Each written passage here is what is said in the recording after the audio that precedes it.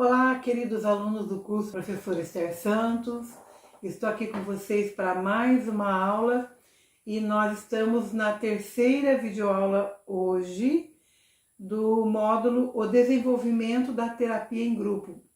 Nós vamos ver aqui alguns assuntos relativos à terapia em grupo. Já estamos vendo desde a primeira videoaula, né? E hoje nós vamos estar falando sobre as fases da terapia em grupo, o porquê fazer terapia em grupo, para quem é a terapia em grupo, né? Para quem ela é indicada. Então vamos lá. Bom, nós vamos descrever aqui as 4 fases da terapia em grupo. Então nós vamos ver aqui 4 fases. É bastante importante a gente entender cada uma dessas 4 fases. De acordo com Gerald Corey, psicólogo, apesar de outros autores comentarem sobre outras diferentes fases, né? Então, segundo Corey, a maioria das classificações dos estágios do processo de grupo converge para principais aspectos, né? Que são os aspectos que nós vamos ver aqui.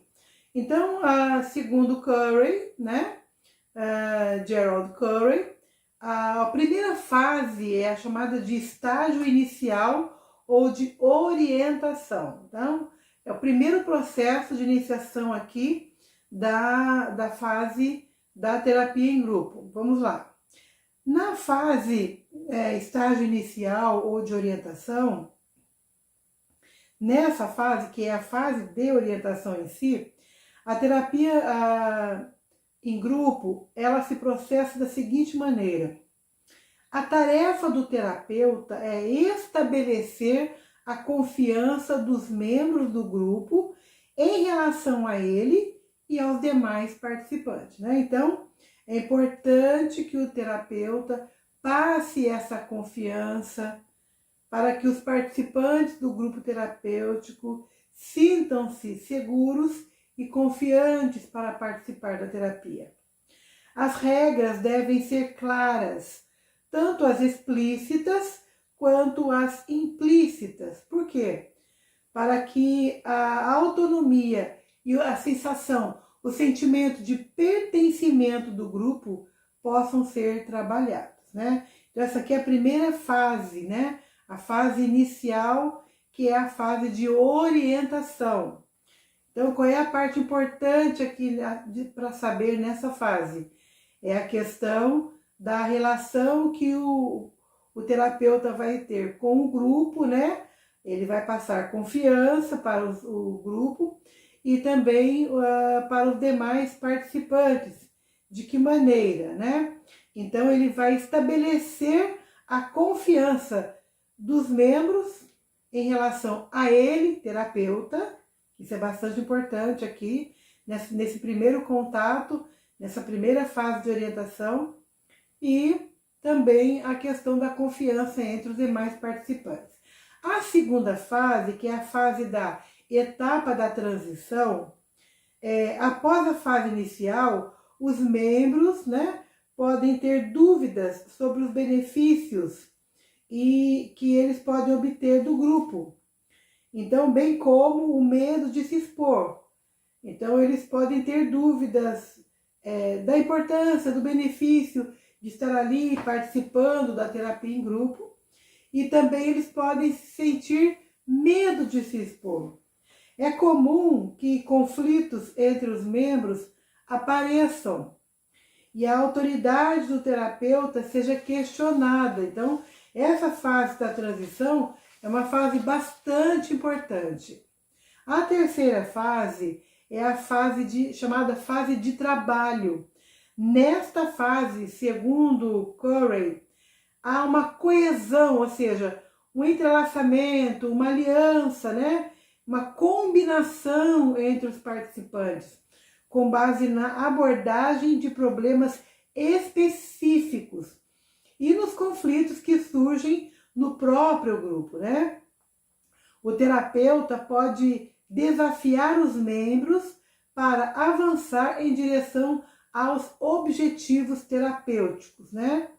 A quarta fase, que é a chamada fase final ou de consolidação. O que ocorre nessa fase? Nessa fase é realizada uma recapitulação dos avanços dos membros que visa integrar a experiência da terapia em grupo no cotidiano, né? O que a terapia em grupo tem proporcionado para aqueles membros? Isso é bastante importante. Os participantes podem sentir alguma tristeza e medo de enfrentar novas dificuldades sem a ajuda de seus colegas, né? E do terapeuta. E por isso é conveniente, isso aqui é importante, por isso é conveniente preparar bem a conclusão e planejar sessões de acompanhamento se for necessário.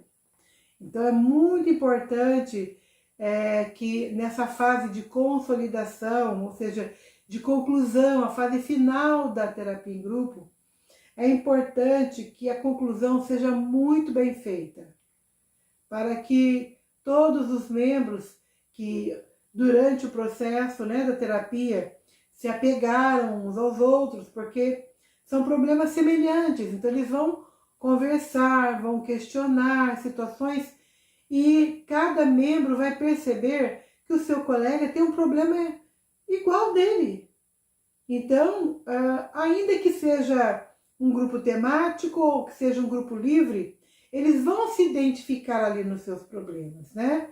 Então é importante que para a conclusão desse grupo, o terapeuta venha preparar aí uma consolidação bem planejada, né? E quiçá possa vir dar aí continuidade ao acompanhamento se houver necessidade, né? Então vale muito contar aqui o olhar clínico do psicoterapeuta. É importante que ele tenha visibilidade dentro desse contexto aí. A importância de dar continuidade ao acompanhamento. Pois bem, como acontece uma sessão de terapia em grupo? Vamos lá. Elas acontecem de maneira interativa. Precisa ter interação entre os participantes. Isso é um fator preponderante para o sucesso da terapia em grupo. O terapeuta tem um papel mais analista e direcionador neste momento, conduzindo o grupo durante toda a sessão e fazendo a intervenção necessária. São vários os objetivos do grupo. Melhora da comunicação, né? Aprendizado sobre algum tema, a troca de informações entre as pessoas que vivem situações parecidas e também as habilidades sociais. Cada sessão é um momento diferente e funciona de acordo com o objetivo comum, né? Então, cada sessão ela vai ter um momento diferente, né, do outro, e ela vai funcionar de acordo com o objetivo comum, pois as pessoas compartilham situações específicas e também idênticas, né?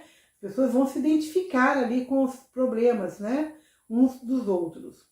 Há também a possibilidade do atendimento ser direcionado a um grupo que está passando por um determinado tipo de desenvolvimento profissional, por exemplo, né? Onde, nesse caso, o papel do terapeuta seria conduzir o grupo sob um olhar técnico e organizacional. Assim, o que vai acontecer? Vai construir um espírito de equipe forte, inspirada e determinada a realizar uma ação. Pois bem, agora, por que fazer terapia em grupo? Qual a razão, né? Uma das principais razões é o bem-estar das pessoas atendidas. O bem-estar ele está em primeiro lugar. Uma das principais razões é o bem-estar das pessoas atendidas. Quando o psicoterapeuta faz o uso da terapia grupal, ele contribui para impulsionar o tratamento de seus pacientes, né? A terapia em grupo favorece a socialização, tá? A socialização ela é importantíssima aqui, construindo um espaço seguro para que os pacientes possam se expor, né, diante de outras pessoas. Então, essa socialização, essa interação entre os pacientes é de suma importância, né? Sendo assim, é possível ajudá-los a enfrentar questões como timidez e dificuldades de se relacionar-se. Outro aspecto positivo é a possibilidade de ser acolhido e aceito. Esse é um aspecto maravilhoso durante a terapia em grupo. Outro benefício também é o desenvolvimento de habilidades sociais. Inclusive, pessoas que passam por essa vivência, né, do desenvolver as habilidades sociais, elas se tornam mais capazes de ouvir a outra pessoa, de desenvolver empatia e melhorar a comunicação e a construção de relacionamentos mais saudáveis. Agora, para quem a terapia de grupo é indicada? É importante, olha isso aqui, é importante que o profissional faça uma avaliação dos pacientes antes de montar o grupo. Então, queridos alunos, esse grupo terapêutico, esse determinado grupo a ser montado, ele não é montado aleatoriamente. Existe um objetivo específico, existe um alvo, existe um grau de importância nisso aqui. E cabe ao profissional, ao psicoterapeuta, ao psicanalista, fazer uma avaliação dos pacientes antes de fazer a montagem do grupo. O terapeuta estimula a pessoa por perceber que ela poderia colher frutos nesse processo, né? E por isso faz a indicação. Então, cabe ao terapeuta incentivar, estimular o paciente a participar do processo do grupo terapêutico, né? A integrar esse grupo. Então, aí vai o olhar clínico outra vez do psicoterapeuta, do psicanalista, né? Ele vai estimular o paciente a perceber que ele poderia colher frutos, né? Durante esse processo de análise num grupo, no meio de um grupo assim, onde todos têm problemas comuns que serão tratados, né? Serão compartilhados. Em grupos temáticos, o próprio paciente mostrará interesse ao ver alguma divulgação sobre o assunto, né? Quando o grupo é temático, por exemplo, pais com conflitos com filhos, ou, por exemplo, pessoas com problema de síndrome de borderline, ou burnout, por exemplo, né? Então, suscita interesse. O próprio paciente se interessa de estar participando desse grupo terapêutico. Mas, de qualquer forma, o terapeuta deverá fazer uma entrevista inicial para avaliar o perfil da pessoa e esclarecer sobre o funcionamento do grupo terapêutico. Se necessário, o paciente poderá ser atendido tanto em sessões individuais quanto em sessões coletivas. Então, o psicoterapeuta ou o psicanalista, ele vai fazer a avaliação, né? Se há necessidade desse determinado paciente ser atendido em sessões individuais ou em coletivo, né?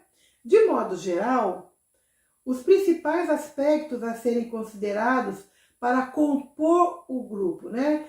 Então, para quem a terapia de grupo ela é indicada, né? Então, ela é indicada para pacientes, né, que sob o olhar clínico do psicanalista, né, ele vai observar a importância que vai ter para esse determinado paciente fazer parte de um grupo terapêutico. Ele vai perceber que esse paciente poderá colher frutos, né, durante esse processo. Então, existem alguns dos principais aspectos a serem considerados para que esse determinado paciente venha compor esse grupo, que são ter experiência relacionada ao tema, né? Então, é importante aqui que aquele determinado paciente esteja vivenciando uma experiência relacionada ao tema, né? E as demais pessoas, os membros ali do grupo, né? E estar disposto a entrar nesse processo. Porque muitas vezes a pessoa está vivenciando um determinado conflito, né? Um determinado transtorno, né? Vai depender do tema proposto daquele grupo, né? Mas ela não quer participar, ela não está disposta a entrar nesse processo, né? Então, cabe ao psicoterapeuta ainda observar mais a fundo o perfil do paciente e perceber se esse paciente está em condições de participar do grupo terapêutico ou não, ok? Porque ele poderá estar vivenciando um desafio, um determinado conflito, porém, ele pode não estar disposto a participar do grupo, né? Aí o que o paciente vai fazer? Ele vai ter uma escolha, ele vai ter uma decisão. E essa decisão vai se basear em quê? No estímulo do olhar clínico do psicoterapeuta ou do psicanalista, no caso, né? Que vai estimulá-lo, vai mostrar para ele a importância de fazer parte desse processo, né?